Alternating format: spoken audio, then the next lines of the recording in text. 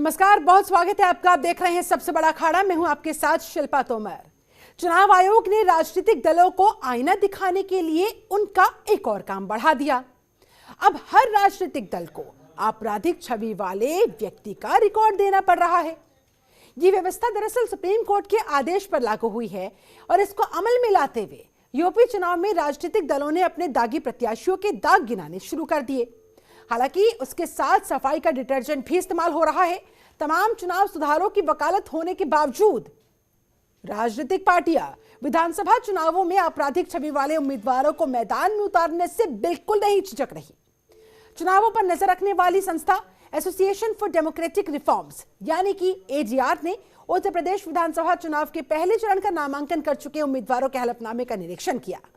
ADR ने पहले चरण के लिए कुल 615 नामांकन दाखिल कर चुके उम्मीदवारों के चुनावी हलफनामे का अध्ययन करके अपनी रिपोर्ट जारी की।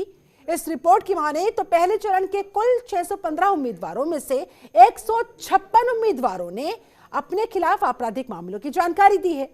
यानी कि पहले चरण में ही मात्र 25% दागी उम्मीदवार निकले। जी हां, दागी उम्मीदवार 25%। जरा अंदाजा लगाइए। और यह तो मात्र पहले चरण यानी कि शुरुआत है।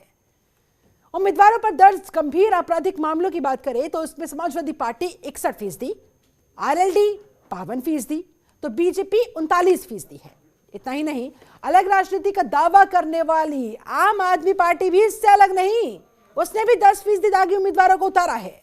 एडीआर की रिपोर्ट के मुताबिक पहले चरण के 12 उम्मीदवारों पर महिलाओं के खिलाफ अपराध के मामले दर्ज हैं।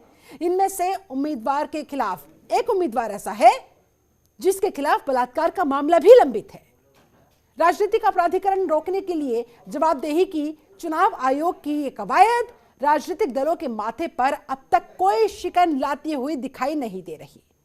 हालांकि राजनीतिक दलों की तरफ से ये सफाई जनता को रिझाएगी या नहीं, ये देखना महत्वपूर्ण होगा। ऐसे में सवाल उठता है, आखिर क्यों अपराधियों को टिकट देती है ये पार्टियां? आज इन्हीं कुछ सवालों के साथ करेंगे अपने खास मेहमानों के साथ चर्चा।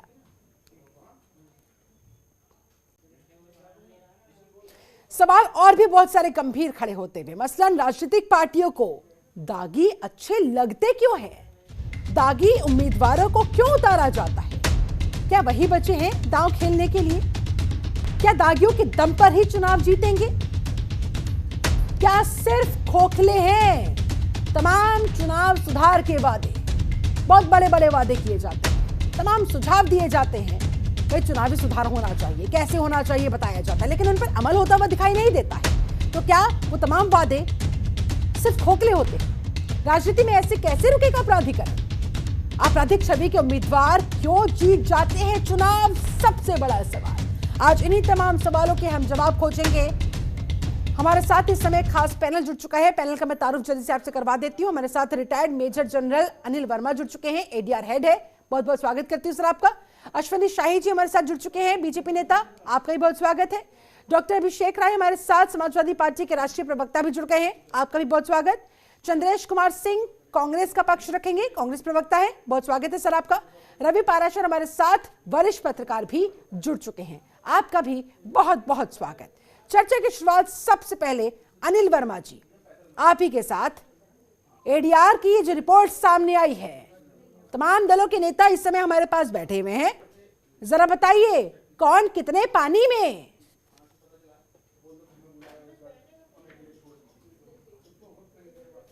तो फेज 1 के कैंडिडेट्स के स्टैटिस्टिक्स हैं। सपा के 75% क्रिमिनल केसेस वाले कैंडिडेट्स हैं और 61% सीरियस क्रिमिनल केसेस वाले हैं। भाजपा के 51% क्रिमिनल केसेस वाले कैंडिडेट्स, उसमें से 39% सीरियस क्रिमिनल केसेस वाले। आरएलडी के 59% क्रिमिनल केसेस वाले, 52% सीरियस क्रिमिनल वाले। कांग्रेस के 36% क्रिमिनल केसेस वाले और 19% सीरियस क्रिमिनल केसेस वाले। बसपा के 34% क्रिमिनल केसेस वाले कैंडिडेट्स और 29% सीरियस क्रिमिनल वाले। और आम आदमी पार्टी के 15% क्रिमिनल केसेस वाले और 10% सीरियस क्रिमिनल केसेस वाले। इसमें आपने बता ही दिया कि मर्डर के 6 कैंडिडेट्स के ऊपर मर्डर के चार्जेस हैं, 30 कैंडिडेट्स के ऊपर अटेम्प्ट टू मर्डर के चार्जेस हैं, 12 के ऊपर क्राइम अगेंस्ट वुमेन है, 1 के ऊपर रेप का भी चार्ज है। तो हम लोग जब ये रिपोर्ट निकालते हैं तो हम एक रेड अलर्ट कंस्टिट्यूएंसी का भी जिक्र करते हैं, जिसका मतलब है वो कंस्टिट्यूएंसी जिसमें 3 या उससे अधिक कैंडिडेट्स के ऊपर आपराधिक मामले दर्ज हैं। तो ये फेज 1 की रिपोर्ट में जो कंस्टिट्यूएंसीज कंसीडर की गई हैं उसमें 53% रेड अलर्ट कंस्टिट्यूएंसीज हैं, यानी कि आधे से ज्यादा में क्रिमिनल केसेस वाले कैंडिडेट्स को किया गया है।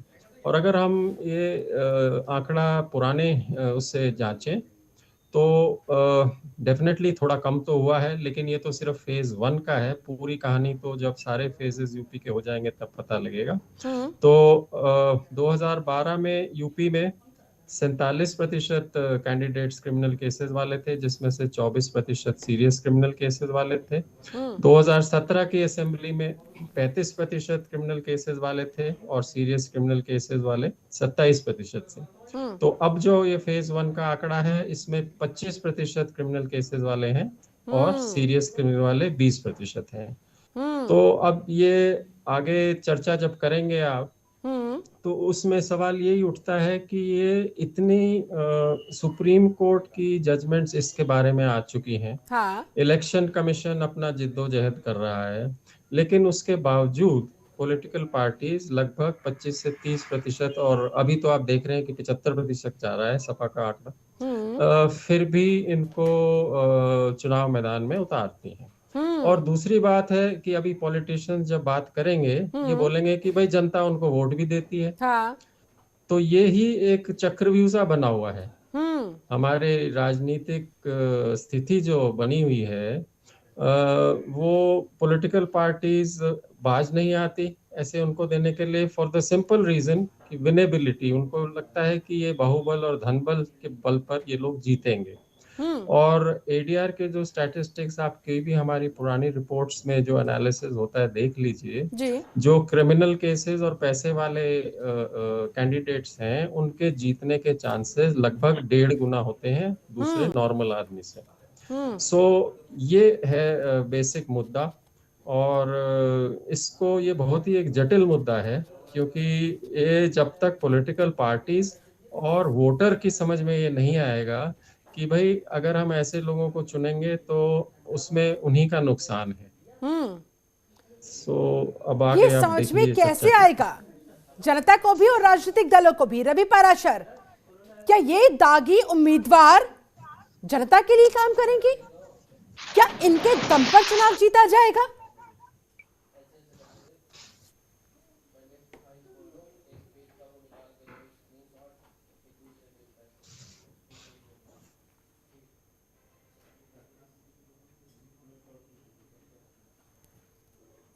एक लोकतांत्रिक पद्धति की प्रक्रिया में सामने आती है तो बहुत अफसोस होता है, दुख होता है।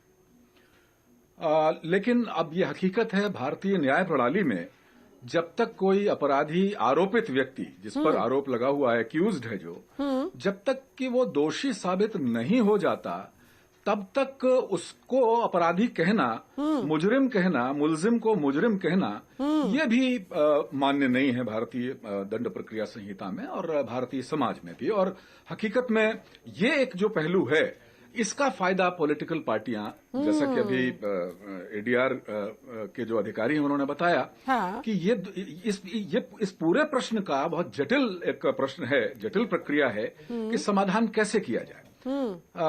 कानून के आधार पर तो नहीं कर सकते। जो लोग एक्यूज्ड नहीं है, जिनके मामले विचाराधीन हैं अदालतों में या विवेचनाधीन है थानों की जांच प्रक्रिया में, उनको आप दोषी मान करके उनके जो नागरिकीय अधिकार हैं उन पर आप अंकुश कैसे लगा सकते? नहीं लगा सकते। हाँ। तो अब सवाल यह है कि कैसे क्या किया जाए। और अब तो राजनीतिक कटुता इस स्तर पर पहुंच चुकी है कि पहले जब विधानसभाओं की, संसद की कार्यवाही चलती थी तो हम देखते थे कि सदन में शोर शराबा भले हो, आपसी तकरार भले हो, लेकिन लोकसभा की कैंटीन में, संसद की कैंटीन में विपक्षी सांसद गले में हाथ डाल के सत्ता पक्ष के सांसदों के बैठा करते थे। हाँ। लेकिन अब पॉलिटिकल कटुता पिछले 1-2 दशक में इतनी बढ़ गई है कि जो सैद्धांतिक विरोध की बात होती थी उससे ज्यादा अब व्यक्तिगत विरोध की बातें होती हैं। अब हमने ये भी देखा है कि जो नेता दोषी नहीं है, पूरा विपक्ष लामबंद होकर के उसके खिलाफ इतनी बयानबाजी कर देता है, चाहे वो सत्ता पक्ष की बात हो, चाहे वो विपक्ष की बात हो, कि उसके ऊपर पुलिस को मजबूरन एफआईआर दर्ज करनी पड़ती है और हत्या के प्रयास जैसे हीनियस संगीन अपराध भी दर्ज करने पड़ते हैं। उस समय जो जन आंदोलन का माहौल बन रहा होता है उसको दबाने के लिए या फौरी तौर पर जो माहौल खराब हो रहा है उसको दबाने के लिए। तो ऐसे दौर में अगर पॉलिटिकल कंसेंसस सारी पार्टियां एक साथ बैठ के नहीं बनाएंगी कि ठीक है भाई कानूनन तो ये हो नहीं सकता, लेकिन हम नैतिक तौर पर वोटर को, जनता को ये संदेश देंगे कि हम किसी भी एक्यूज्ड को टिकट नहीं देंगे, तो तब तो बात बन सकती है। हाँ। और दूसरी बात है कि मतदाता जागरूक किस तरह से हो। हाँ। मतदाता को जागरूक होना पड़ेगा, उन्हें ये देखना पड़ेगा कि वे अब उतना वो खून खराबे वाली चुनाव में स्थितियां नहीं होती। लेकिन कहीं ना कहीं मतदाता डरा हुआ भी होता है रवि जी, तो वोटिंग मशीन आ गई है, सुरक्षा बहुत बढ़ गई है, कई कैंडिडेट के खिलाफ तमाम आपराधिक मामले हो, उसका उस पूरे क्षेत्र में एक अलग ही डर होता है। रवि जी, क्या मेरी आवाज अब तक पहुंच पा रही है? जो हैं, जो अपराधी हैं या जिन पे आपराधिक मामले चल रहे हैं, हाँ। उनके बारे में साफ साफ लिखा गया है कि राष्ट्रीय अखबारों में जो विज्ञापन देने पड़ेंगे पार्टीज को, तो उस स्तर पर तो रवि जी, क्या मेरी आवाज आपको पहुंच पा रही है? जनता को भी बहुत ज्यादा मुझे लगता है अवेयर होना पड़ेगा। चलिए ठीक है, आवाज लगता है तक पहुंच नहीं रही है। चलिए ठीक है, जनता को अवेयर होने की बात कही गई है, लेकिन उससे पहले तो राजनीतिक दलों को अवेयर होना होगा। हमारे साथ अश्विनी शाही जी जुड़े हुए हैं, चंद्रेश कुमार सिंह है और समाजवादी पार्टी से डॉक्टर अभिषेक राय भी है। सबसे पहले डॉक्टर अभिषेक राय, आपका रुख करते हुए, क्योंकि सबसे ज्यादा परसेंटेज आपराधिक छवि वाले उम्मीदवारों की अगर किसी पार्टी से सामने आ रही है तो वो है समाजवादी पार्टी। जवाब दीजिए, क्या ऐसे होगा परिवर्तन? और जिस बदलाव की आप लोग बात कर रहे हैं, क्या इन दागी उम्मीदवारों के दम पर वो परिवर्तन आएगा, वो बदलाव आएगा? कैसे फिर देश की जनता, प्रदेश की जनता समाजवादी पार्टी पर भरोसा कर ले? और क्या ऐसे राजनीति का अपराधीकरण रुक पाएगा, जिसके लिए दावे और वादे तो बहुत बड़े बड़े किए जाते हैं? शिल्पा जी, बहुत सीधा सा सवाल है और बहुत सीधा सा जवाब दे रहा हूँ। अभी आप देख लें, हमारे जैसे कहते हैं बड़े नेता थे आजम खान साहब, उनके ऊपर क्या क्या मुकदमा लगा, बकरी चोरी का, मुर्गी चोरी का, भैंस चोरी का, इस तरह के मुकदमे लगे। आप बताइए क्या अपराधी मुकदमे हैं? ये राजनीति से प्रेरित मुकदमे हैं और जिनको सबने लगाया हुआ है। और आप बताएं, क्या डबल इंजन की सरकार रही है और इतने अगर मुकदमे जितने भी कैंडिडेट्स घोषित हुए हैं, तो माननीय मुख्यमंत्री जी कहते हैं अपराधियों ने यहाँ से उत्तर प्रदेश से पलायन कर लिया, तो भारतीय जनता पार्टी में उन कैंडिडेट्स को कैसे टिकट मिल रहा है अगर वो अपराधी प्रवृत्ति के हैं? कैसे समाजवादी पार्टी में हमने उनको दे दिया? क्या उनके ऊपर कोई मुकदमा साबित हुआ? जो कोर्ट में विचाराधीन मामले हैं उनके ऊपर निर्णय हम और आप नहीं ले सकते। जब भी रवि जी बात कह रहे थे, देखिए वो जनता से जुड़े कहना चाह रहे हैं कि आजम खान 23 महीनों से अगर जेल में बंद है, तो क्या सिर्फ बकरी चोरी और भैंस चोरी के मामलों में बंद है वो? मेरी बात शिल्पा जी कंप्लीट होने दें। उनकी गलती सबसे बड़ी ये है कि उन्होंने जौहर यूनिवर्सिटी बना दी। मैं कह रहा हूं ना, उन्होंने सबसे बड़ी गलती, गुनाह है उनका, ये गुनाह है उत्तर प्रदेश के लिए कि वो उन्होंने रामपुर की जनता को पढ़ाने के लिए एक यूनिवर्सिटी बना दी और सारे मुकदमे उसी वजह से दर्ज हो गए। क्यों नहीं दर्ज हुए इससे पहले की सरकारों में? 2014 में केंद्र में इनकी सरकार थी, वो सांसद हो गए रामपुर से, जनता ने चुन के भेजा उनको सांसद, जब इस तरह के आरोप लगाए उन्होंने। लेकिन कहते हैं ना, ये साजिशन है, ये साजिश है और साजिश का पर्दाफाश होगा सबके खिलाफ। सबके खिलाफ सबसे ज्यादा परसेंटेज आपकी पार्टी की क्यों है? अतुल प्रधान पर क्या कहेंगे? 38 केसेस उनके खिलाफ चल रहे हैं, वो भी गंभीर कैटेगरी के, सीरियस कैटेगरी के। योगेश वर्मा के खिलाफ 32 केसेस चल रहे हैं, नाहिद हसन के खिलाफ 16 केसेस चल रहे हैं। शिल्पा जी 5 सेकंड। हाँ बोलिए सर, मैं आप ही से जवाब मांग रही हूँ। केसेस गिनवा रही थी और नाम गिनवा रही थी, आप जवाब शिल्पा जी, मैं बोल रहा हूँ, मुझे मैं बिल्कुल इस सवाल का जवाब दे रहा हूं। मुझे एक चीज बता दे, माननीय मुख्यमंत्री जी के ऊपर कितने आपराधिक मुकदमे थे 2017 में जब वो बने? माननीय डिप्टी चीफ मिनिस्टर के ऊपर कितने आपराधिक मुकदमे थे जब वो डिप्टी चीफ मिनिस्टर बने। अभी 2 महीने पहले उनको नोटिस मिला है हाई कोर्ट से। आप मुझे एक चीज बता दें, कहते हैं ना ये स्वच्छता की राजनीति है कि डिप्टी चीफ मिनिस्टर और मुख्यमंत्री के ऊपर आजाद भारत के इतिहास में मुझे एक ऐसा मुख्यमंत्री गिना दे, शिल्पा जी मैं चैलेंज करता हूं, एक ऐसा मुख्यमंत्री गिना दे जिसके ऊपर मुख्यमंत्री बनने से पहले इतने आरोप रहे हों। और उसके ऊपर सुप्रीम कोर्ट ने भी टिप्पणी करी, इस तरह से मुकदमे वापस नहीं होते हैं जिस तरह से आपने वो मुकदमे वापस कराए, उसके लिए आपको हाई कोर्ट की परमिशन लेनी पड़ेगी। लेकिन इन्होंने वैसा नहीं किया। ये कहते हैं ना कि आप इस तरह जो एग्जाम्पल सेट कर रहे हो उसके बाद आप हम पे क्वेश्चन कर रहे हो, क्यों सवाल उठा रहे हो साहब? आप नाहिद हसन की बात करते हैं, शिल्पा जी नाहिद हसन के पर्टिकुलर एग्जाम्पल पे बात करता हूं मैं। 5 साल वो 2 बार से लगातार विधायक हैं वहां से, 5 साल वो सदन में बैठे रहे, डबल इंजन की सरकार रही 2017 से, क्यों नहीं उन्हें जेल में भेज दिया? चुनाव आया तो जेल में भेज दिया, गैंगस्टर एक्ट लगा दिया। इतना डर क्यों है? जनता से क्यों नहीं आप सवाल पूछते हो? जनता क्यों चुन के भेज रही है ऐसे प्रतिनिधियों को? जनता को लगता है कि उनके साथ अन्याय हुआ है और जनता जनार्दन इस लोकतंत्र की मालिक है और जनता का फैसला सर आंखों पे सबको लेना पड़ेगा। तो आपके मुताबिक समाजवादी पार्टी ने ये जितने उम्मीदवार खड़े किए हैं और जिनके खिलाफ ये तमाम केसेस अभी मैंने गिनवाए हैं वो सब झूठे हैं, और अगर झूठे नहीं है तो फिर क्यों आपने उम्मीदवार बना दिया? सीधी सी बात, राजनीतिक से प्रेरित है, राजनीतिक से प्रेरित। अच्छा, मैं सीधी सी बात कह रहा हूँ, राजनीति से प्रेरित मुकदमे ने और कोर्ट में उनको विचारणा थी ना, कोर्ट को निर्णय लेने दीजिए। मैं और आप बैठ के यहाँ जज नहीं बन सकते। ठीक है अश्विनी शाही जी, राजनीति से प्रेरित होकर या यूं कहा जाए चुनावों में आगामी परिणामों से कहीं ना कहीं डर गए हैं आप लोग, इसलिए जानबूझकर, वरना नाहिद हसन पर अब तक कार्रवाई क्यों नहीं हुई थी? एन चुनाव के समय क्यों कार्रवाई की गई? क्यों उठाकर जेल में डाल दिया गया? आखिरकार आपकी मंशा पर ये सवाल खड़े कर रहे हैं कि आपके पास तो नैतिक अधिकार है ही नहीं। सीएम के ऊपर, डिप्टी सीएम के ऊपर भी जवाब मांग रहे हैं, जवाब दीजिए। शिल्पा जी देखिए, अभिषेक भाई ने कितने प्यार से आजम खान जी को जो है बड़ा निर्दोष बता दिया, बकरी भैंस और ये, और उनकी गलती थी कि उन्होंने जमीन कब्जा करके आज जौहर यूनिवर्सिटी बना लिया, वहां के गरीब लोगों को सताते हुए जौहर यूनिवर्सिटी बना लिया, सरकारी जमीन पर कब्जा किया, ये उनकी गलती तो थी ही थी। और इससे भी ऊपर जाकर देखिए किस तरीके से नारी के प्रति क्या सम्मान रहा, वहां की पूर्व सांसद के वस्त्रों को किस तरीके से निहार रहे थे। तो बड़े इनोसेंट थे आजम खान जी, इसलिए उनके ऊपर ये मुकदमे है, इसीलिए वो अंदर है। और रही अब एडीआर की रिपोर्ट की बात हम लोग कर रहे हैं और अपराधियों की बात कर रहे हैं, तो ये सच्चाई है, इसको मान लीजिए कि बहुत से, जो अभी रवि जी ने कहा मुलजिम और मुजरिम 2 शब्द हमारे संविधान का है, तो वो लोग जो साबित हो जाते हैं मुजरिम, वो चुनाव नहीं लड़ पाते हैं। कई लोग ऐसे हैं, लेकिन अभी हमारे आईपीसी में इतनी धाराएं हैं, वो पकड़ के बंद किया जाता है, न्यायिक प्रक्रिया चलती है, उसमें कई साल लगते हैं और उस साल में चलने में टाइम लग जाता है ये सजा होने में, तब तक लोग उसका लाभ उठाकर चुनाव भी लड़ लेते हैं। अब जैसे लालू प्रसाद जी चुनाव नहीं लड़ पाएंगे, कई लोग ऐसे हैं जो चुनाव नहीं लड़ पाएंगे, लेकिन जो लोग बंद हैं जेलों में, सच्चाई ये है कि देश को अगर आप चाहें तो भी ये जो आज अपराधियों के खात्मे के साथ आए थे ना सर, मैं 30 सेकंड अश्विनी शाही जी ईमानदारी से जवाब दीजिएगा, आप लोगों ने तो इसी दावे पर अपनी सरकार बनाई थी ना, लोगों को आश्वस्त किया था कि इन तमाम अपराधियों का सफाया होगा। और अनइंटरप्टेड बोलने दीजिए छोटा सा, थोड़ा सा ठीक है, आप अपने जवाब आ जाएगा, मैं समय दूंगी सर आपको, अपने जवाब में ये भी ऐड ऑन कर लीजिएगा।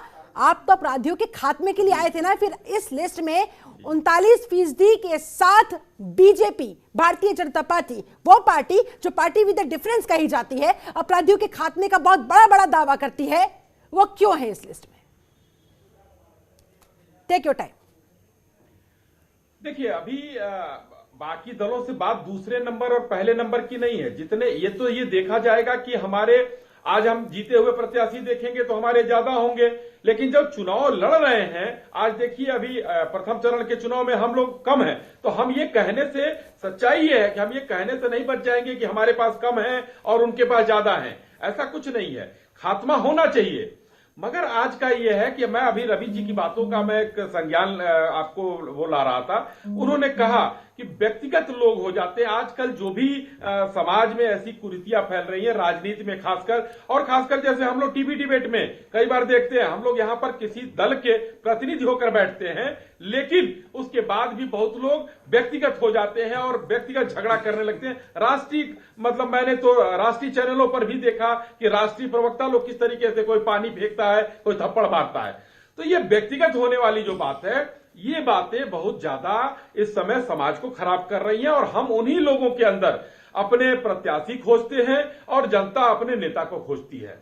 तो शिल्पा जी, ये आज समाज से हटाना, देखिए ये बहुत अच्छी चीज है, चुनाव आयोग ने कर दिया कि अखबारों में इश्तिहार दीजिए और सबके मुकदमे बताइए।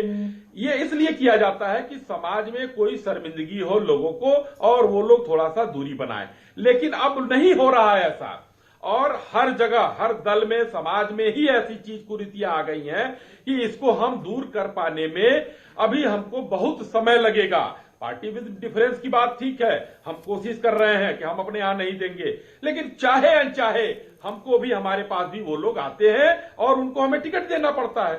तो ये राजनीति में बहुत क्यों देना पड़ता है? मैं यही तो जानना चाह रही हूँ, ये क्या मजबूरी होती है? ये क्या मजबूरी होती है? क्यों देना पड़ता है? मजबूरी क्या है ऐसी? शुरुआत देखिए कहीं ना कहीं से तो होगी ना।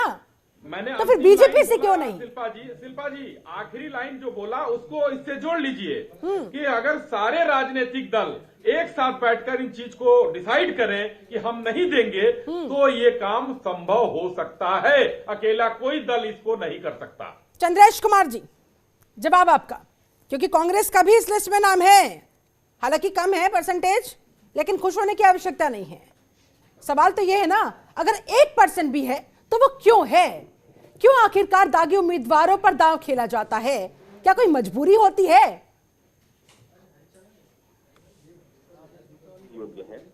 आपने देखा कि भारतीय जनता पार्टी और समाजवादी पार्टी के प्रवक्ता जब जवाब दे रहे थे, तब ये विषय वस्तु को इधर उधर बहकाने का काम कर रहे थे। उत्तर प्रदेश की राजनीति के 30-32 सालों का इतिहास उठाकर देखिए, तो पूर्वी उत्तर प्रदेश में बड़े स्तर पर गैंगवार और आपराधिक घटनाएं घटी और इन अपराधियों को संरक्षण देने वाला कौन है? विषय ये नहीं है कि आपराधिक मुकदमे दर्ज हुए हैं, विषय ये है कि वे कौन लोग हैं जो हिस्ट्री सीटर हैं, जो बड़े क्रिमिनल हैं, जिन्होंने गैंग चलाया और बड़े स्तर पर अपराध को अंजाम दिया। और ऐसे लोगों को संरक्षण देने वाली राजनीतिक दल भाजपा, सपा और बसपा है। मैं सीधे अपराधियों का नाम लेता हूँ, अतीक अहमद, मुख्तार अंसारी, ब्रिजेश सिंह, त्रिभुवन सिंह, कृष्णानंद राय, ये बड़े बड़े जो अपराधी रहे हैं, इन अपराधियों को संरक्षण देने का काम इन लोगों के द्वारा लगातार किया गया है। महत्वपूर्ण बात, क्योंकि हमारा जो है वो लाइट अभी अचानक से चली गई, लेकिन हमारी बात को आप सुने अपने मंच के माध्यम से। मैं राजनीतिक दलों से एक अपेक्षा रखता हूं, इनको अपने लिए एक नैतिक आचार संहिता का पालन करना चाहिए। इन्हें ये मानक तय करना चाहिए। प्रियंका गांधी जी ने कहा कि हम किसी अपराधी को टिकट नहीं देंगे, 40% हम महिलाओं को टिकट देंगे, उस दिशा में हम आगे बढ़े। हमने किसी हिस्ट्री सीटर को टिकट नहीं दिया है, किसी गैंगवार करने वाले को टिकट नहीं दिया है, सार्वजनिक संपत्ति को कब्जा करने वाले को टिकट हमने नहीं दिया है, बलात्कारियों को टिकट हमने नहीं दिया है। जबकि उत्तर प्रदेश में उत्तर प्रदेश सरकार के द्वारा जो पीड़ित परिवार रहे हैं, उस परिवार की महिलाओं और दूसरे सदस्यों को टिकट देकर उसके मान सम्मान और गरिमा को बढ़ाने का काम कांग्रेस पार्टी ने किया। इन्होंने कहा कि सभी राजनीतिक दलों को बैठकर बात करनी चाहिए। आप सत्ता पक्ष में हैं, आप बैठकर क्यों नहीं बात करते? आप क्यों नहीं सर्वदलीय बैठकर इस पर चर्चा करते? सदन में चर्चा करने की हिम्मत। ठीक है अश्विनी जी, देखिए बात तो जायज कही उन्होंने, आप लोग सत्ता में हैं, शुरुआत आप लोगों से ही क्यों नहीं?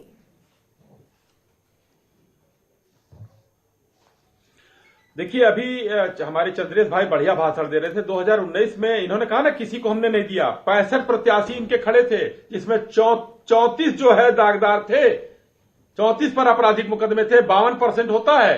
ये 2019 के लोकसभा की बात मैं बता रहा हूं। कोई दूध का धुला नहीं है और हर आदमी की अपेक्षा सत्ता से है। यहाँ राजनीतिक लड़ाई है, यहाँ कुछ कहने की बात नहीं। मैं ये नहीं कह रहा हूं कि अपराधियों को टिकट दिया जाना चाहिए, हर व्यक्ति को अपनी समीक्षा करनी चाहिए। हर व्यक्ति दूसरे के पाले में गेट डालेगा तो कुछ नहीं होना है। एक सार्वजनिक एक आवाज उठनी चाहिए, एक आवाज पर सर्वदलीय बैठक होनी चाहिए।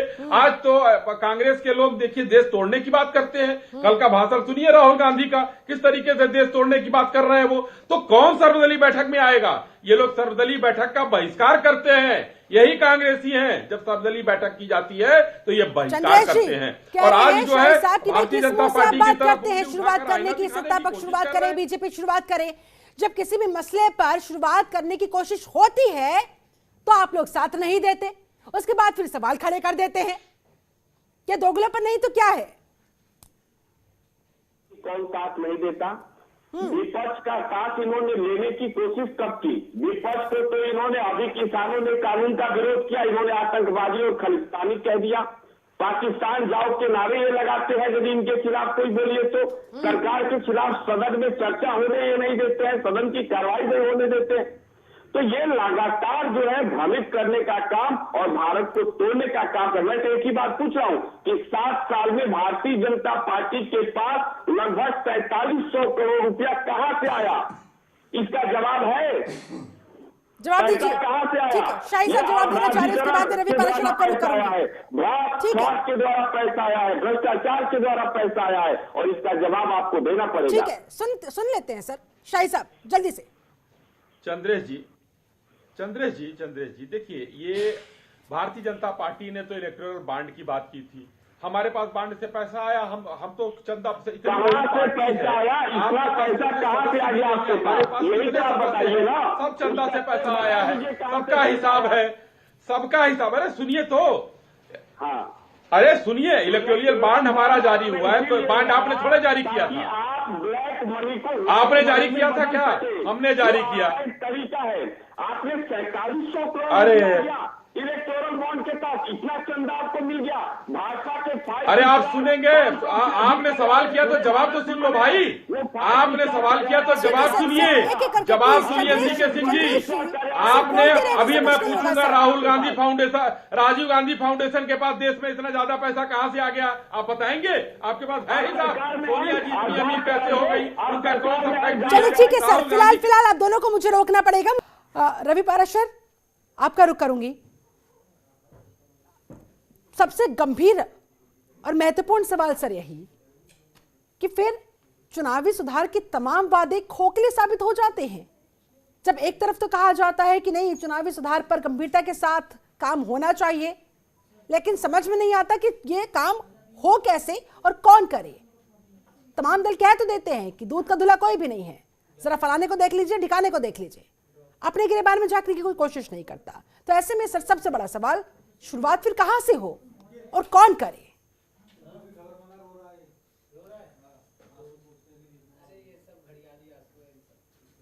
और जटिल सवाल है और समस्या है ये। असल में न्याय व्यवस्था भी बरकरार रहे देश में, जिसने अपराध नहीं किया है और अगर उसके खिलाफ विद्वेषवश कोई एफआईआर दर्ज करा दी गई है, वो अपने अधिकारों से वंचित भी ना हो। अब देखिए, मुझे ऐसा लगता है कि एक आदर्श वाक्य अगर देखा जाए तो खलनायक विहीन सोसाइटी की, खलनायक विहीन समाज की परिकल्पना हो नहीं सकती। इसलिए ये जो प्रवृत्ति है, हम केवल पॉलिटिकल बात अगर नहीं भी करें तो कार्यपालिका, जो सरकारी नौकरियों में जो दागी अफसर हैं, हम केवल एक सेक्टर की बात करें और बाकी दूसरे को छोड़ दें, तो वो नहीं होने वाला। ये एक ऐसी एक साफ सफाई होनी चाहिए, एक ऐसी साफ सफाई होनी चाहिए जो हर स्तर पर हो। और फिलहाल जब तक कोई राय नहीं बनती, कुछ सुझाव मैं दे सकता हूं। जैसे कि अभी चुनाव आयोग ने अनिवार्य किया हुआ है कि जिनके ऊपर मुकदमे हैं वो 2-3 राष्ट्रीय अखबारों में पूरा ब्यौरा दें अपने वाले। उससे बात नहीं बनेगी, बल्कि अब डिजिटल चुनाव प्रचार के दौर में अगर उनका कोई भी प्रचार सामग्री है, उस पर वो मोटे मोटे अक्षरों में लिखा होना चाहिए। और मैं तो यहां तक कहूंगा कि चुनाव आयोग को ये चाहिए कि हर कॉन्स्टिट्यूएंसी में जितने दागी उम्मीदवार हैं उनके बारे में पोलिंग बूथ पर बड़े बड़े होर्डिंग्स लगवाए जाएं चुनाव आयोग की तरफ से, जिससे कि जो लाइन में लगा हुआ आदमी है वो उस समय अंतिम समय पर भी उसको देख सके कि भाई ये लोग हैं जिनको मैं वो अगर डाला तो मेरा अहित हो सकता है। तो और बहुत सारी चीजें देखिए, न्यायालय के स्तर पर तो आप जैसे पोक्सो एक्ट है, सीबीआई की विशेष न्यायालय है, हाँ। इसी तरह हाई कोर्ट्स के और सुप्रीम कोर्ट्स के निर्देश पे वीवीआईपी पर्सन्स के मामले निपटाने के लिए, जल्दी निपटाने के लिए भी न्यायालय आवंटित किए गए हैं बाकायदा। वहां जो शिकायतें होती हैं थाने में, उनकी विवेचना जल्द से जल्द हो, ऐसा नियम बने, और कोर्ट्स में उनकी सुनवाई जैसे पोक्सो एक्ट के मामले 1 महीने 1.5 महीने में 15 दिन में निपटाए जाते हैं, इस तरह से ये मामले भी अगर निपटाए जाएं, जिससे कि ये तय हो पाए कि कौन वाकई अपराधी है जो राजनीति में है। अगर उसे सजा होती है तो अपने आप नहीं लड़ेगा। लेकिन दुर्भाग्य की बात यह है कि ऐसा नहीं है जो शाही जी कह रहे थे कि लालू यादव को तो एक निश्चित अवधि से ज्यादा की सजा हुई, इसलिए चुनाव नहीं लड़ पाएंगे। लेकिन अभी भी 1 साल 2 साल की अगर सजा होती है किसी नेता को, तो वो बाकायदा चुनाव लड़ सकता है, वो एक निश्चित मियाद है। तो ये सब सारी चीजें, खामियां दूर की जाएं। अब ये कौन करेगा, ये एक यक्ष प्रश्न है जिसका उत्तर देने के लिए कोई युधिष्ठिर मुझे लगता है कि है नहीं। ठीक है अनिल वर्मा जी, फिलहाल तो ये दिखाई देता है कि भाई साम दाम दंड भेद किसी भी तरह से बस चुनाव जीता जा सके, और उसके लिए चाहे दागी उम्मीदवारों को ही क्यों ना चुनावी मैदान में ताल ठोकने के लिए खड़ा किया जाए। लेकिन जनता का क्या असर, जिन चुनावों की दुहाई जनता के लिए दी जाती है उसी जनता को इग्नोर कर दिया जाता है और दागी उम्मीदवारों को कहीं ना कहीं उन पर थोप दिया जाता है। इस पर क्या सोचते हैं सर? ये बहुत जटिल मामला है और पॉलिटिकल पार्टी सब एक दूसरे को यही कहेंगे कि उन्होंने नहीं किया, वो नहीं किया, लेकिन इसके ऊपर आप देखिए तो बहुत सारी रिपोर्ट्स हैं, Vora committee report, Goswami committee report, constitutional reforms की कमेटी रिपोर्ट, लेकिन उनके जितने भी सुझाव थे, इलेक्शन कमीशन के कम से कम 40 के करीब एक लिस्ट है जो भेज रखी है, सालों साल पड़ी हुई है वहां पे ठंडे बस्ते में, तो उसके ऊपर कोई एक्शन ही नहीं किया जाता, किसी भी गवर्नमेंट, किसी भी पॉलिटिकल पार्टी की हो। सुप्रीम कोर्ट के कितने ही मामले इंपॉर्टेंट जो आ चुके हैं, मार्च 2014 में ट्रायल 1 साल में कंप्लीट होनी चाहिए, वो आया था। फिर अगस्त 14 में आया था कि पीएम और सीएम का प्रोगेटिव है कि मिनिस्टर्स क्रिमिनल बैकग्राउंड के नहीं होने चाहिए। नवंबर 17 में 11 स्पेशल फास्ट ट्रैक कोर्ट स्थापित किए गए थे, उनका क्या हो रहा है किसी को कुछ पता नहीं है। सितंबर 18 में पब्लिकेशन ऑफ क्रिमिनल केसेस का ऑर्डर दिया सुप्रीम कोर्ट ने, और फिर फरवरी 2020 में बोला कि अभी रीजंस भी दीजिए कि टिकट क्यों दे रहे हैं आप क्रिमिनल केसेस वाले कैंडिडेट्स को। और अगस्त 21 में किसी ने कंटेम्प्ट पिटिशन फाइल की थी कि बिहार के इलेक्शंस में ये सुप्रीम कोर्ट की जजमेंट का पालन नहीं किया गया था, तो उस पर सुप्रीम कोर्ट ने फिर पेनल्टी भी लगाई थी कुछ पॉलिटिकल पार्टीज को नॉन कंप्लायंस के लिए, जो कि जिसको अंग्रेजी में कहते हैं पीनट्स, 1 लाख रुपया और 5 लाख रुपया लगाया था, जहाँ पे ये करोड़ों इनके पास है। तो सबसे पहली बात मैं ये कहना चाहता हूँ कि जनता को वोटर अवेयरनेस बहुत ही जरूरी चीज है, बहुत जरूरी। इलेक्शन कमीशन उस पर कार्रवाई करता है अपनी स्वीप के कैंपेन के द्वारा, लेकिन एथिकल वोटिंग के ऊपर वो जोर नहीं देते। उनका जोर ये है कि नंबर बढ़े, कि कितने ज्यादा से ज्यादा वोटर लोग बढ़े। अभी जो पराशर जी ने बात करी वो एडीआर का सबसे बड़ा मुद्दा है। हम बार बार यही बोलते हैं कि पोलिंग बूथ के बाहर लिस्ट लगी होनी चाहिए कि कितने कैंडिडेट्स इस बूथ में हैं जिनके ऊपर क्रिमिनल केसेस हैं, क्योंकि हमने 3 सर्वे किए थे बहुत बड़े, 2014 में, 2017-18 में और एक 2019 के इलेक्शन से पहले, जिसमें 2.5 लाख के करीब रिस्पोंडेंट्स थे।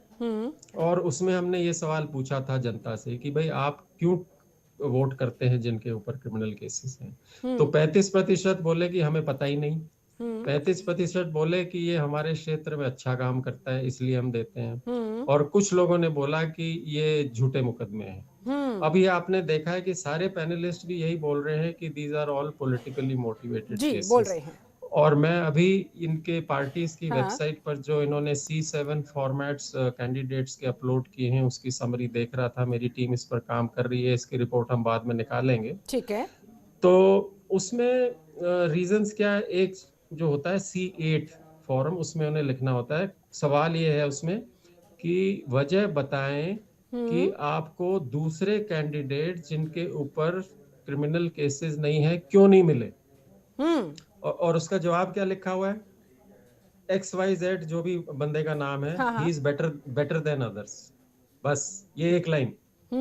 अरे भाई जिसके ऊपर 25 केस हैं, he is better than others. मतलब अदर्स कौन है? किसको आपने वो किया है? कुछ मतलब मैं ये बता रहा हूँ कि ये खाना पूर्ति की जाती है। ठीक है। और एक जैसे मेन चीज जो है वो पॉलिटिकल पार्टीज में विल नहीं है सुधार करने का। वो ये जैसे प्रक्रिया चल रही है, उनको जैसे आपने बोला दामदार में जीतने से मतलब है, winnability is the main thing. और जुडिशियल डिलेज जो है हमारे सिस्टम में, उसका पूरा फायदा उठाया जाता है। लोगों के ऊपर 20-20 साल 25 साल से केसेस चल रहे हैं। कभी विटनेस गायब हो जाते हैं, कभी कुछ और डिले हो जाती है, और वो 2 बार इलेक्शन लड़के जीत के अपना कार्यकाल भी पूरा कर लेते हैं, बट उनका केस नहीं खत्म होता। और ये जो कॉम्पिटिटिव पॉलिटिक्स हमारे देश में चल रही है, बहुत ही खतरनाक किस्म की है। कि एक और जब आप जानते हैं कि एक अगर प्यून के लिए भी आप अप्लाई करें तो उसके लिए भी आपकी पुलिस वेरिफिकेशन होती है, और अगर आपके ऊपर कुछ है तो आपको नौकरी नहीं मिलेगी। लेकिन ये हमारे देश का कितना बड़ा दुर्भाग्य है कि अगर आप जेल में हैं तो आप वोट नहीं कर सकते, लेकिन अगर जेल में है तो आप इलेक्शन लड़ सकते, चुनाव लड़ सकते हैं। बिल्कुल। और इससे बड़ी विडंबना की बात और भला क्या हो सकती है? डॉक्टर अभिषेक राय, ये सच्चाई है, या यूं कहा जाए एक कड़वी सच्चाई है, लेकिन क्या हो सकता है? कम से कम समाजवादी पार्टी, जिसके ऊपर सबसे बड़े आरोप, सबसे गंभीर आरोप इसी बात को लेकर लगते हैं कि भाई आपके सरकार में अपराधियों का बोलबाला हो जाता है, और ये ऊपर से एडीआर की जो रिपोर्ट सामने आई है, इसके आंकड़े देखकर कहीं ना कहीं उन दावों पर, उन आरोपों पर मुहर लगती हुई दिखाई देती है। तो क्या सफाई पेश करेंगे, या फिर इस कहीं ना कहीं सोच को कैसे बदलने की आप कोशिश करेंगे? शिल्पा जी, हम किसी सोच को बदलना नहीं चाहते, हम बहुत सीधी सी बात कहते हैं। अभी हमने दोनों कहते हैं ना, हमने वर्मा जी को भी सुना, हमारे जो दूसरे मित्र हैं रवि पराशर जी को भी सुना। आपने सारी बात समझ ली होगी। कुछ राजनीति से प्रेरित मुकदमे होते हैं, और उस मुकदमे की वजह से अगर किसी आदमी को परेशान किया जा रहा है, निष्क्रिय किया जा रहा है, तो सबकी समझ में आता है। हमने आपको लाइव एग्जांपल दे दिया था नाहिद हसन साहब का, कि वो 2 बार से विधायक से 2017 से 22वां असेंबली में बैठे रहे, उनके ऊपर गैंगस्टर एक्ट लगा, अभी गिरफ्तार हुए। क्या 5 साल ये डबल इंजन की सरकार ये सोती रही? क्यों सोती रही साहब? अगर अपराधी थे तो आप उनको जेल में बंद करते, उनको सजा याफ्ता करते, और कोर्ट का जो निर्णय होता वो सब मानते। हम ये बात कह रहे हैं कि जो अपराधी होगा उस तो क्या अगर नाहिद हसन प्रत्याशी नहीं बनते, चुनावी अखाड़े में नहीं उतरते, तो क्या उनकी रेसिंग नहीं होती? हाँ बोलिए सर, मैं आप ही से सवाल मेरी बात कंप्लीट होने दें। मैं वही बात कह रहा हूँ शिल्पा जी ना। हाँ जी शिल्पा जी, मैं वही बात कह रहा हूँ कि 5 साल वो विधायक रहे, सदन जाते रहे, माननीय मुख्यमंत्री जी सामने पेश भी होते रहे, दोनों में सारी बातें होते रहे, क्यों नहीं अरेस्ट किया? इनकी डबल इंजन की सरकार थी। अश्विनी शाही जी, अश्विनी शाही जी, मैं ये बात सीधा सवाल है। ठीक है, तो फिर क्यों ना राजनीतिक मंशा पर आप लोगों की सवाल खड़े किए जाएं, उस पर शक किया जाए।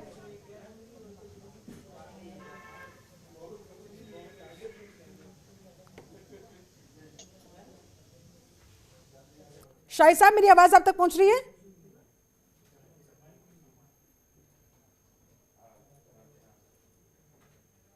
अश्विनी शाही जी, क्या आप मुझे सुन पा रहे हैं? लगता है संपर्क हमारा कटा हुआ है, उन तक आवाज पहुंच नहीं पा रही है। चंद्रेश कुमार सिंह, इसी सवाल का जवाब जरा आप दीजिए। जो बात अनिल वर्मा जी ने कही, जो बात रवि पाराशर जी ने कही, कांग्रेस क्या कर सकती है अपने स्तर पर? हालांकि कांग्रेस इस समय बधाई की पात्र है। यूपी चुनाव में जिस तरह से किसानों के मुद्दे पर, महिलाओं के मुद्दे पर, युवाओं के मुद्दे पर, उनसे जुड़े हुए रोजगार के मुद्दे पर प्रियंका गांधी मुखर तरीके से आगे बढ़ती जा रही है। धर्म और जाति से ऊपर उठी हुई इस समय कांग्रेस नजर आ रही है। आप लोग इसके लिए तारीफ आपकी बनती है, बधाई के पात्र हैं। लेकिन राजनीति में इस अपराधीकरण को रोकने के लिए कांग्रेस क्या कर सकती है सर? क्या किया जाना चाहिए? कहां से शुरुआत हो सकती है? क्या सुझाव होगा आपका? का अपराधीकरण राजनीतिक दलों की मंशा पर प्रश्न खड़ा करता है, इस बात से हम इनकार नहीं कर सकते। दोनों एक्सपर्ट की हमने बात सुनी, बहुत सारी अच्छी बातें इन लोगों ने बताई, लेकिन प्रैक्टिकली इसको इम्प्लीमेंट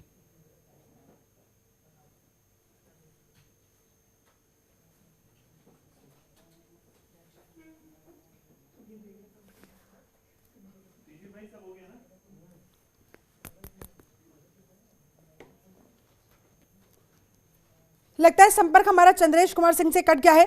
रवि पाराशर, क्या मेरी आवाज आप तक पहुंच पा रही है? और अगर हाँ तो सफाई तो पेश की जाएगी राजनीतिक दलों की तरफ से, लेकिन क्या वो ईमानदारी के साथ जो कहेंगे वो करके भी दिखाएंगे, या सिर्फ जनता के सामने, मीडिया के सामने, कैमरा के सामने कुछ भी कह दिया जाए?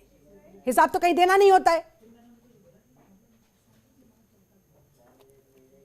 बिल्कुल बिल्कुल, जवाबदेही अब क्योंकि बिल्कुल ही खत्म सी हो गई है, तो मुझे लगता है कि जनता को भी, जो चुनाव सुधार की हम बात करते हैं, जो वर्मा जी ने जितनी बातें कही बहुत प्रैक्टिकल बातें हैं, हाँ। और उनकी तरफ अगर ध्यान दें, लेकिन साथ ही साथ जनता को भी थोड़ा सा प्रतिबलित कर दिया जाए। राइट टू रिकॉल जैसे कुछ हथियार, हरबे, अस्त्र शस्त्र जनता को भी प्रदान कर दिए जाए, तो मुझे लगता है कि इस तरह की प्रवृत्तियों पर थोड़ी बहुत अंकुश लग सकता है। लेकिन आपका जो सवाल है कि क्या पॉलिटिकल ईमानदारी की नोटा का विकल्प होता है जनता के सामने सर, तो लेकिन उसका किस हद तक इस्तेमाल होता है और उसका किस हद तक असर पड़ता हुआ दिखाई देता है? बिल्कुल शिल्पा, आप सही कह रही हैं। पॉलिटिक्स में आज से ही नहीं, जब से राजनीति शुरू हुई है, जब से राजनीति कहीं से भी ककहरा जब बीज पड़ा होगा समाज में और राजनीति शुरू हुई, तब से मुझे लगता है कि कोई शुचिता की राजनीति कभी नहीं हुई। हाँ। और राजनीति का अर्थ सत्ता पाना, और केवल सत्ता पाना, जो कि आपने भी कहा कि चुनाव येन केन प्रकारेण, किसी तरह से चुनाव जीतना, और फिर चुनाव में अगर अपनी सरकार नहीं बन पा रही है तो अनैतिक गठबंधन करना, और फिर जनता पर 5 साल शासन करना, उसके जन कल्याण की बातें करना। तो ये प्रवृत्ति हमेशा रहेगी। इसे हतोत्साहित कर सकते हैं हम, एक सर्टेन नियम बना के, वोटरों को और ताकतवर बना के उनको हम राइट टू रिकॉल का अधिकार दें कि जो जनप्रतिनिधि चुने जाने के इतने समय बाद जनता को लगता है काम नहीं कर रहा, कॉन्स्टिट्यूंसी में नहीं आ रहा, तो बाकायदा एक पिटीशन डाल के चुनाव आयोग में उस पर फिर से वोटिंग कराई जाए और राइट टू रिकॉल किया जाए। ठीक है, और इस तरह के कुछ चुनाव सुधार किए जाएं तो मुझे लगता है कि और अगर इस तरह के कुछ चुनाव सुधारों की बात होगी, इसकी शुरुआत होगी, तो क्या समाजवादी पार्टी इसमें सपोर्ट करेगी? डॉक्टर अभिषेक राय, क्या आप लोग इतनी हिम्मत दिखाएंगे? बिल्कुल सपोर्ट करेगी, समाजवादी पार्टी एकदम सपोर्ट करेगी। जो जनप्रतिनिधि जनता की बात नहीं सुनता, उसको राइट टू रिकॉल होना चाहिए। समाजवादी पार्टी इस बात का समर्थन करती है। सबसे पहली बात मैं ये कहना चाहता हूँ, मैं रवि पराशर जी की बात से एकदम सहमत हूँ। जैसे मुख्यमंत्री जी के ऊपर इतने मुकदमे हैं, वो भी पब्लिश होने चाहिए। इन्होंने उप मुख्यमंत्री के ऊपर इतने मुकदमे हैं, ये पब्लिश होने चाहिए, एकदम पब्लिश होने चाहिए जनता के सामने। बिल्कुल, फिर तो सभी एक ही स्तर पर होंगे। कौन मुख्यमंत्री, कौन उप मुख्यमंत्री, कोई फर्क नहीं पड़ने वाला है। जनता के सामने तमाम उम्मीदवार जो भी उस समय चुनावी अखाड़े में उतरेगा, जीत का दावा ठोकेगा, तो उसका सारा आपराधिक रिकॉर्ड जनता के सामने होना चाहिए, फिर जनता पर छोड़ देंगे। बिल्कुल होना चाहिए, ठीक है, बिल्कुल मैं इस बात से सहमत हूँ, और इस बात का समर्थन होना चाहिए। तभी शुचिता की राजनीति हो पाएगी, तभी हम जैसे पढ़े लिखे लोगों की बात सुनी जाएगी। हम जैसे पढ़े लिखों को राजनीति में आने का, इसलिए हम ड्राइंग रूम पॉलिटिक्स नहीं करेंगे। हम पढ़े लिखे समाज के लोग हैं, और पढ़े लिखे लोग जनता को आगे बढ़ाने का काम करेंगे। हम ड्राइंग रूम, और इसी के दम पर समाजवादी पार्टी, अश्विनी शाही जी, इसी के दम पर समाजवादी पार्टी दावा ठोक रही है कि इस बार परिवर्तन भी होगा, बदलाव भी होगा। आप लोग ढूंढ लीजिएगा कहां जाएंगे बोरिया बिस्तरा उठाकर।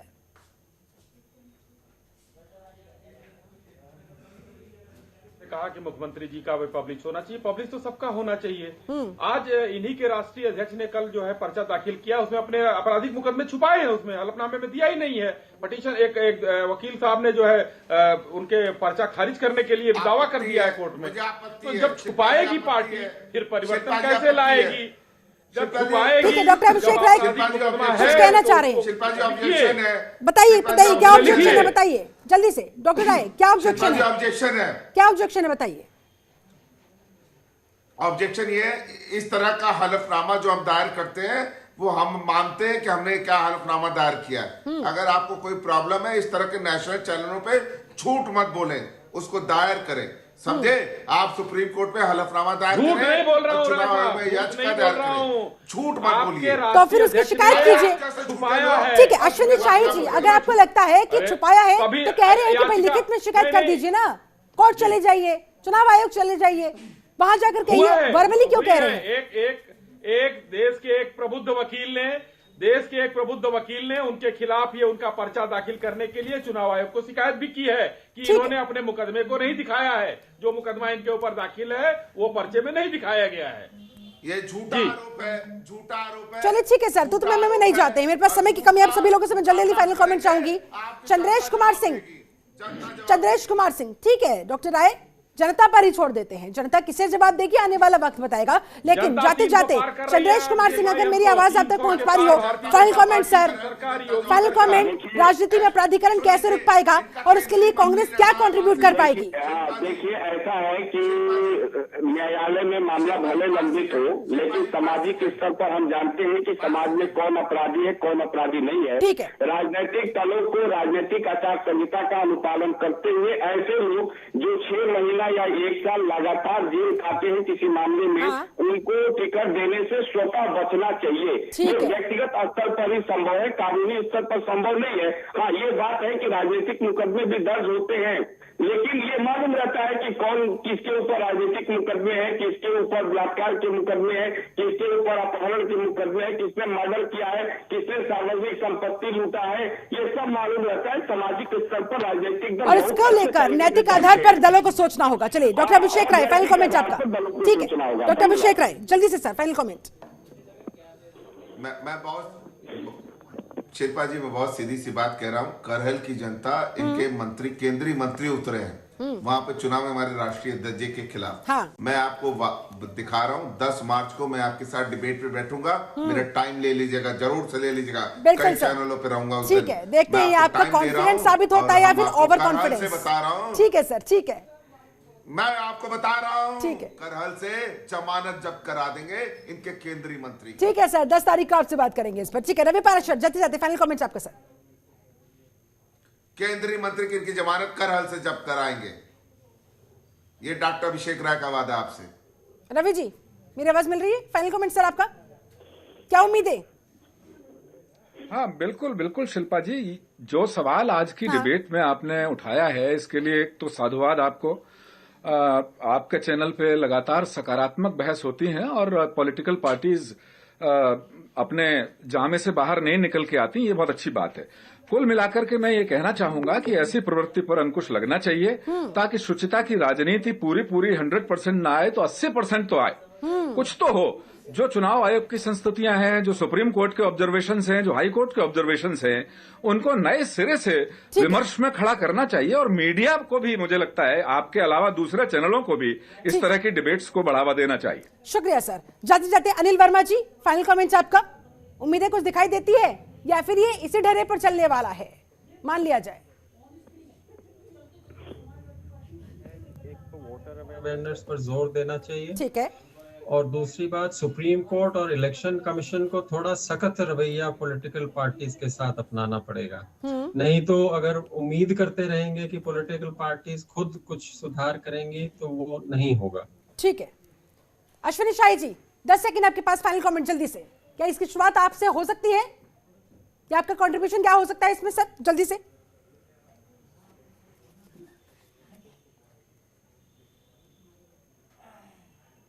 शाही साहब मेरी आवाज पहुंच रही है?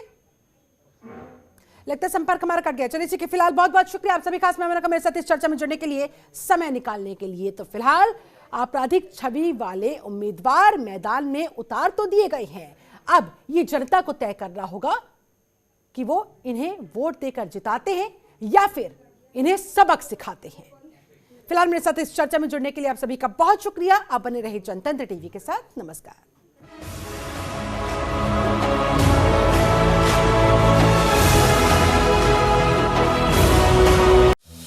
खबरों के निष्पक्ष विश्लेषण के लिए सब्सक्राइब करें Jantantra TV and press the bell icon. Never miss any update.